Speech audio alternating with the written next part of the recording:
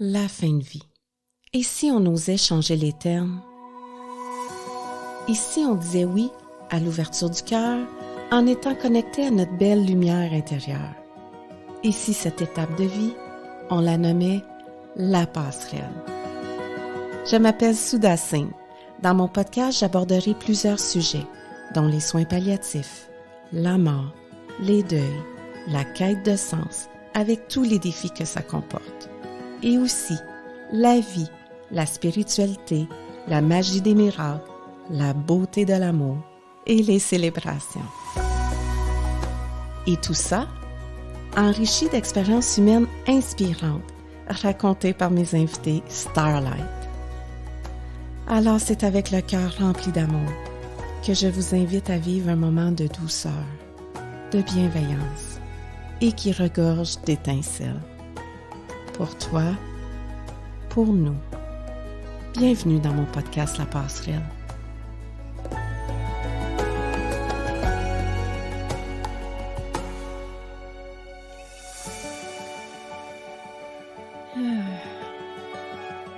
Je tiens vraiment à vous remercier d'être là. Et je veux vous dire que je suis comme toute fébrile, car aujourd'hui, dans mon épisode 1, qui s'intitule « Notre intuition opère de la vraie magie », je veux vous partager une histoire inspirante que j'ai vécue avec Bob sur son chemin de la passerelle. Je peux vous dire que c'est l'une de mes expériences les plus grandes, les plus vibrantes, où mon intuition m'a vraiment guidée. Et à travers de ce processus-là, ça a créé un enchaînement de synchronicité tellement magique. Ça s'est déroulé à quelques jours du départ de Bob jusqu'au moment de son grand envol. Ici, je veux prendre le temps de dire merci. Merci à toi, Valérie, mon amie. Merci à toi, Sylvie. Merci à toi, Gilbert. Et merci à toute la famille de Bob pour cette place privilégiée que vous m'avez laissée auprès de vous toutes. C'est tellement grandiose ce qu'on a vécu ensemble dans cette force du nous. Et grâce à cette expérience, moi, je visualise comme un fil d'or qui est full étincelle, puis que ça va nous lier pour toujours. Et au cœur de cette connexion, on retrouve notre cher Bob, qui va toujours être là, qui est étincelle éternelle. Puis oui, c'est une énergie qui va toujours circuler en nous et entre nous. Merci. Et je veux préciser qu'en janvier 2015, quand Bob a reçu son premier diagnostic de cancer, qui était celui de l'estomac, je travaillais comme infirmière clinicienne au service de soins à domicile. Fait que ça a été tout à fait naturel pour moi de me rendre disponible à offrir des soins à Bob dans l'intimité de sa maison, selon son besoin. Ça, c'était en collaboration avec les professionnels en oncologie du CIUSS de l'Estrie. Fait que les soins que je pouvais donner, ça pouvait être des soins comme les injections de Neupogène, les retraits d'agrafes, les changements de pansement. Ça pouvait être aussi quand sa chimio était terminée, j'ai enlevé le biberon, ou j'avais aussi des soins à faire au niveau de son porte-carte.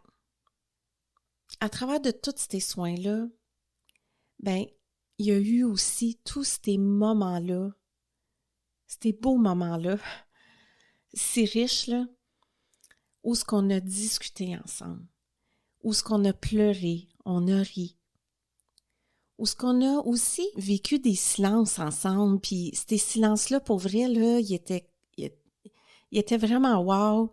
C'est comme s'il y avait une communication fluide là, qui se passait entre nous deux, là, puis qu'on se comprenait, puis que ça nous permettait juste d'être ensemble. C'était vraiment wow. À travers de tous ces moments précieux-là, Bob me partageait plein de choses. Il m'a partagé, entre autres, ses peurs, ses inquiétudes, ses défis, dont, justement, de quitter sa femme, Sylvie, qu'il l'appelait tout le temps ma pitoune, là. Fait que c'est ça, de quitter sa femme, Sylvie, quitter toute sa famille. Il me disait souvent, justement, que c'était pour être son plus grand combat de les quitter. Et Bob, c'était aussi un grand amoureux de la vie. Il me racontait ses grandes joies. Je me souviens toujours de son visage, là, qui pouvait tellement s'illuminer, puis il y avait des étincelles dans les yeux, puis là, il me racontait des histoires, là, qui étaient vraiment plein de belles actions, plein de belles émotions. C'était vraiment un amoureux de la vie. À travers de mes expériences, puis qu'elles soient personnelles ou professionnelles, là, j'ai toujours trouvé que de prendre soin va bien au-delà du soin. C'est un art à développer, à cultiver. Et ça, ça demande de la présence, puis un réel désir de créer un lien, une connexion profonde avec la personne. Et c'est ce que je peux dire de moi et Bob. On l'avait, cette connexion profonde-là. Puis je me souviendrai toujours qu'il aimait m'appeler son ange. Fait que ça, là, ça va toujours rester précieux dans mon cœur. Alors, mon désir pour cet épisode, c'est par le partage de cette histoire qui est vraiment riche en connexion, mon désir, c'est de mettre en évidence l'importance d'écouter notre intuition et toute la magie que ça peut créer au fil des synchronicités qui s'enchaînent. Puis surtout, là, je désire créer une étincelle en chacun de vous. Toi, moi, nous. Une étincelle pour croire en cette magie de la vie. Parce que oui, il y a de la magie aussi dans ces moments. Créer une étincelle pour donner le goût à dire oui à vivre encore plus une vie intuitive. Mais d'abord, ne trouvez-vous pas qu'avec l'avancement de la technologie, qu'avec la glorification à la performance pour aller toujours plus vite, et avec ce besoin-là de tout rationaliser, que l'intuition aujourd'hui, là, puis même depuis plusieurs années déjà, c'est un aspect sous-exploité de notre potentiel humain. Puis pourtant, l'intuition est une ressource qu'on a en nous. C'est notre plus grand super-pouvoir. J'aime bien lire dans certains écrits que c'est notre intelligence innée. C'est tellement pas un processus logique. C'est pas non plus une ressource extérieure que l'on doit chercher ou trouver ou même quémander. Puis ce n'est surtout pas un récit explicatif des faits comme dans une enquête policière où le but, là, c'est de trouver quelque chose ou de valider une preuve. Pour moi, là, j'aime bien visualiser l'intuition comme une énergie qui circule en nous. Une force mystérieuse, si extraordinaire et si puissante dans toute son invisibilité. Et en même temps, si puissante dans son énergie ressentie. Dans ma définition propre à moi, là, l'humain est énergie, la nature est énergie, la vie est énergie, l'univers est énergie, le cosmos est énergie. Puis je peux continuer encore, là. L'amour est énergie, la lumière est énergie, l'intuition est énergie. Nous sommes tous énergie. Alors, à mes yeux, l'intuition est à la fois cette capacité-là de se connecter à nous-mêmes, si on se donne vraiment la permission, en enlevant nos barrières. Et étant nous-mêmes la vie, c'est cette capacité-là de se connecter à l'énergie de la vie.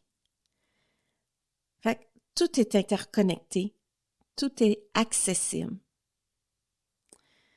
Fait que donnons-nous cette permission-là, cette permission de nous ouvrir à ce monde invisible en nous et autour de nous.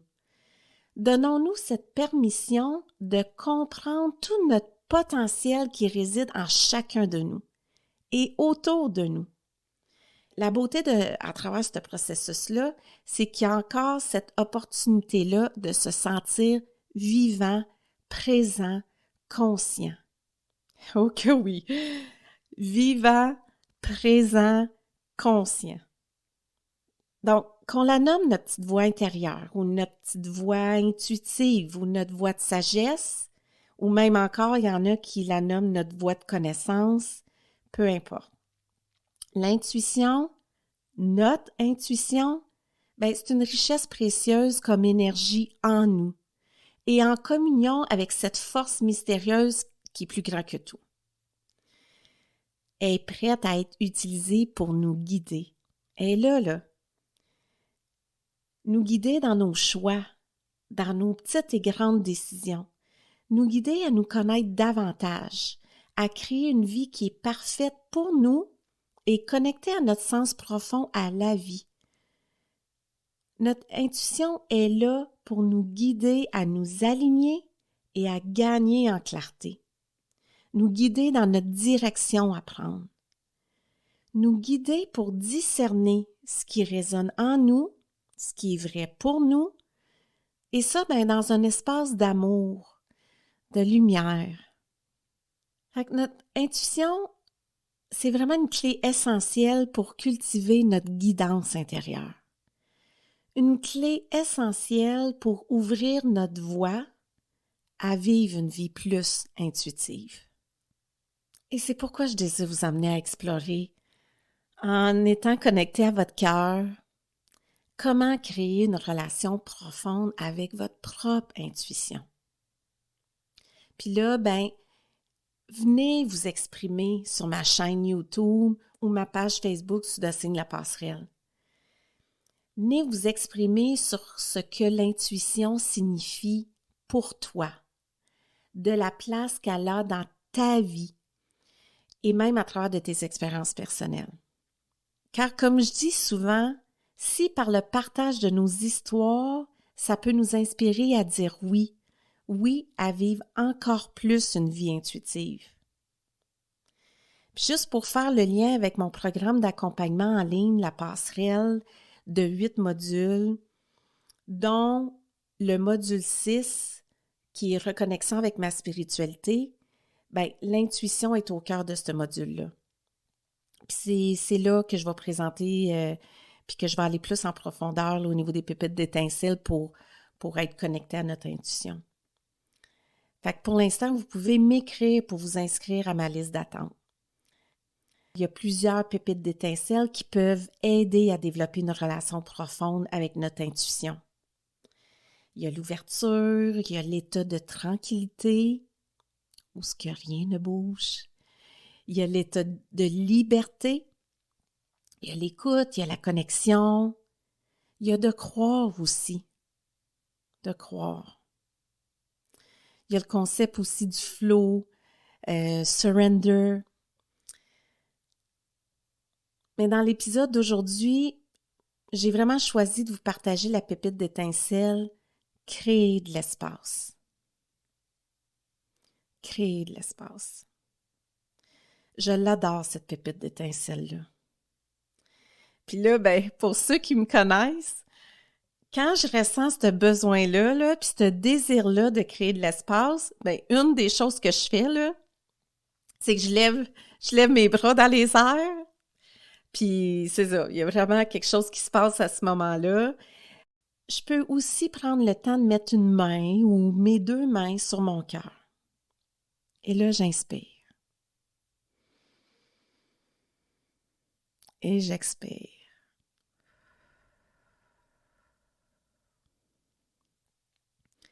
Et je dis l'une ou l'autre de mes phrases préférées. Je me dépose, ou je prends le temps de,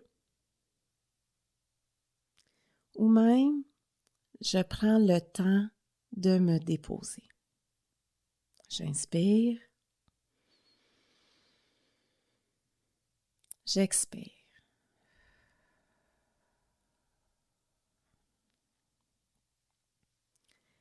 Je peux vraiment vous dire là, que dans l'instant de ça, là, j'ai créé de l'espace. J'ai créé de l'espace qui m'a permis soit de ralentir, soit de m'aligner avec l'énergie du moment ou avec l'énergie que je désire créer, soit de vivre la puissance du maintenant, soit de me connecter à moi, ou de me connecter à moi et aux autres.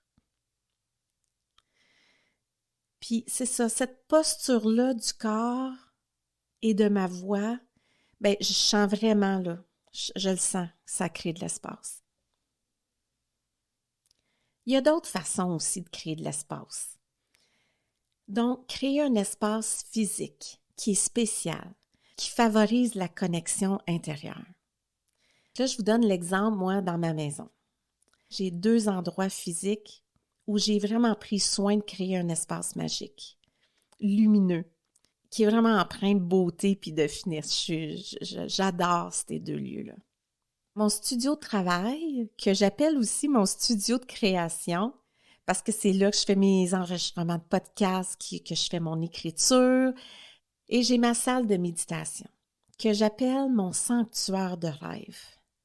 Quand j'ai vraiment besoin de ralentir, de créer une connexion, de vibrer aussi à la musique, de visualiser des choses, de nommer mes intentions de la journée, c'est vraiment ma place. Une autre façon aussi de créer de l'espace, ben, c'est de créer du temps comme espace. De revoir parfois nos agendas, nos priorités, nos frontières à établir. Établir nos frontières, nos limites, ça représente souvent un défi. On ressent de la culpabilité parce que c'est rattaché à une croyance que soit qu'on enlève quelque chose à une personne ou même que notre posture peut être perçue comme contre la personne ou contre la situation. Ici, si on se permettait de changer cette croyance limitante-là pour une croyance facilitante. Quand on établit nos propres limites, ben, c'est dans un but de créer de l'espace pour nous, un espace unique à chacun, selon nos besoins et nos désirs. Et c'est un espace qui est modulable dans le temps selon ce qui se présente à nous sur notre chemin de vie.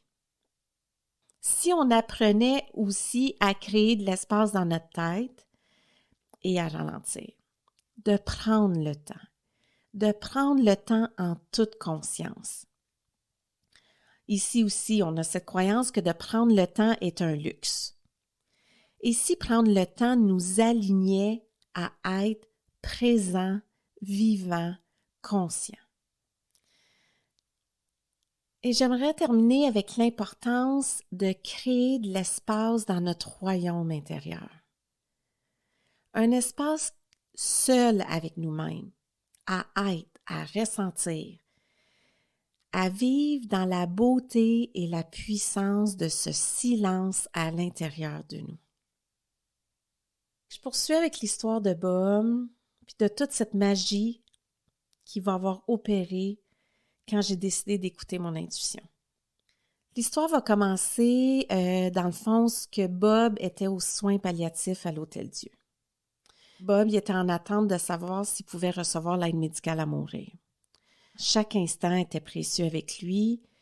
À un moment donné, une journée que je mentionne justement à Bob que le lendemain, ben, j'allais voir le spectacle de Khalid à Montréal avec ma fille. À ce moment-là, ben, je savais pas encore toute la magie que ce spectacle-là était pour créer. Ça a été vraiment tout un spectacle. Puis vers la fin du spectacle, Khalid chante la chanson Heaven, qui veut dire paradis. Mais là, pendant qu'il chante, le visuel derrière, ben, on voyait un méga beau grand ciel bleu, des nuages géants, blancs, fluffy, là, qui s'élevaient dans le ciel, là. Tu sais, il y avait toujours le mouvement vers le haut. Je peux vous dire que dès le début de la chanson, là, j'ai commencé à pleurer. Je suis venue émotive, ça a venu tellement me faire vibrer à l'intérieur de moi. Ma fille, elle avait compris que c'était en lien avec Bob, là. Elle m'a fait un câlin par derrière, puis tu sais, elle me berçait tout doucement. Ça a été vraiment un grand moment. C'est sûr que, tu sais, j'avais des images par rapport à ce qui s'en venait avec Bob, mais j'étais encore incapable d'y donner un réel sens. Ça l'a resté comme ça. Ça l'a resté comme ça, mais avec cette image-là là, qui s'est vraiment imprégnée en moi, là, le lendemain du spectacle, ben, c'est sûr que je retourne voir Bob. On dirait que j'avais comme de plus en plus un feeling, puis une voix intérieure qui me chuchotait de parler à Bob de ce que j'avais vécu au spectacle. Fait qu'en arrivant à la chambre, c'est tout doucement, je me penche, puis en 2 secondes, là, en 2 secondes, Bob, il ouvre les yeux. Puis là, ben, c'est ça, avec ses yeux pleins d'étincelles, il me dit « Sou! » Puis là, il me demande comment que ça a été le spectacle avec ma fille. Fait que là, ben, je dépose ma main sur son bras, puis là, j'avais les yeux pleins d'eau, mais là, j'ai pris le temps de raconter le spectacle. Puis là, ben, quand je suis arrivée à la chanson Even, j'ai comme raconté tout le visuel derrière. Tu sais, je dis, il y avait un beau grand ciel bleu, des gros nuages géants, blancs, fluffy, qui s'élevaient dans le ciel, qui prenaient de la hauteur. C'était tellement beau. Puis à ce moment-là, là, je ressens un feeling encore plus intense. Puis là, j'ai dit, Bob, tu sais, tu m'as parlé de ton plus grand combat à venir. Puis je sais pas pourquoi, mais je sens que j'ai besoin de te partager tout ça. Tu sais qu'à chaque fois que je terminais un soin avec toi, ben, je te faisais toujours mon câlin, puis je te disais toujours, je t'entoure d'amour et de lumière.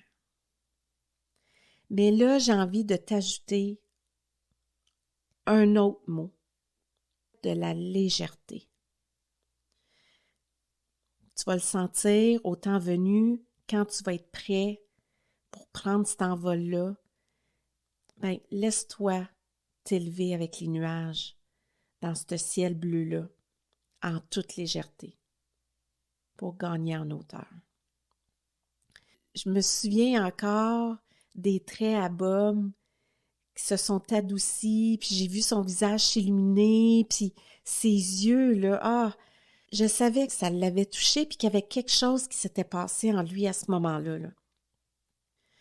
Fait que je suis repartie après ça vers ma voiture. Tu sais, j'étais tellement émue, puis en gratitude pour cette connexion-là qui est tellement riche. Puis je me souviens de m'avoir dit bravo d'avoir écouté ton feeling, ton intuition. Suite à ça, dans le fond, on a appris que Bob ne pouvait pas avoir l'aide médicale à mourir. Fait qu'il a opté pour la sédation palliative. Bob voulait que je sois présente avec la famille, puis ça a été un grand moment.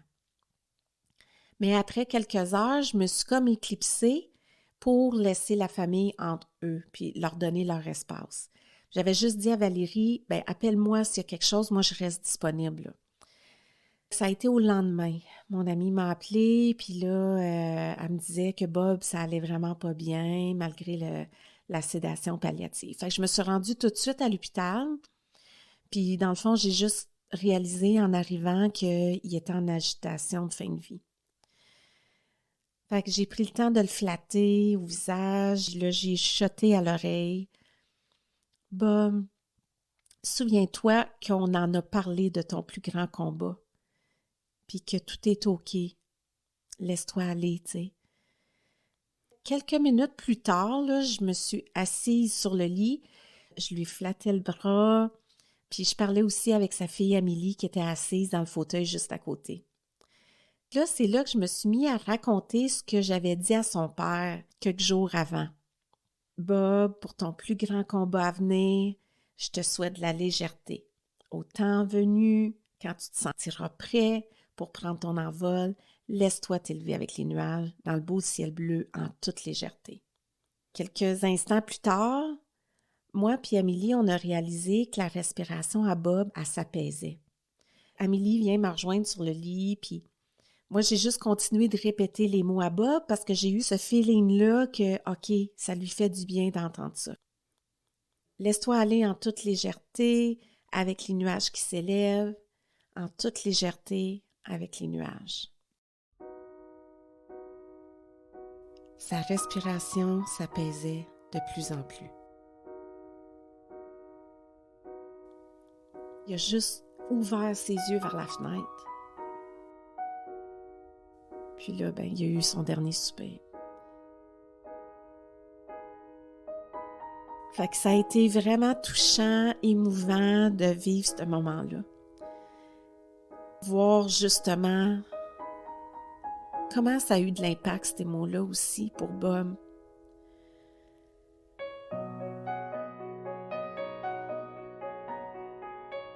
Pour moi, d'aller voir le spectacle avec ma fille, ça a été une façon de me créer de l'espace dont j'avais besoin pour me permettre de ralentir intérieurement. Ça m'a permis de me connecter à mes émotions, de les ressentir, de les vivre. Et durant le spectacle, d'être réellement présente, ça m'a permis aussi de me connecter à la chanson Heaven, puis avec tout le visuel là, du ciel bleu et des nuages blancs qui s'élevaient dans le ciel. Ça m'a permis de me connecter avec ma cocotte pour donner un sens à ce que je venais de ressentir. Puis après tout ça, de donner l'espace nécessaire à cette voix intérieure, mon intuition, qui m'a tellement guidée dans ma relation avec Bob jusqu'à son envol. Je pense que j'ai pas besoin d'ajouter autre chose pour qu'on réalise à quel point c'est puissant d'écouter notre intuition. À quel point c'est puissant les synchronicités qui peuvent s'enchaîner. Puis à quel point c'est puissant de voir toute cette magie s'opérer. Fait que oui, là j'ai les bras dans les airs, puis je dis oui. Notre intuition opère de la vraie magie. Il suffit juste d'y croire. Dans le prochain épisode, qui s'intitulera « La puissance de nos vœux », on poursuit avec cette notion de magie, en ajoutant l'importance de créer une vision. Alors, c'est ici que je termine. Merci d'être là. Plein d'amour et d'étincelles dans votre cœur.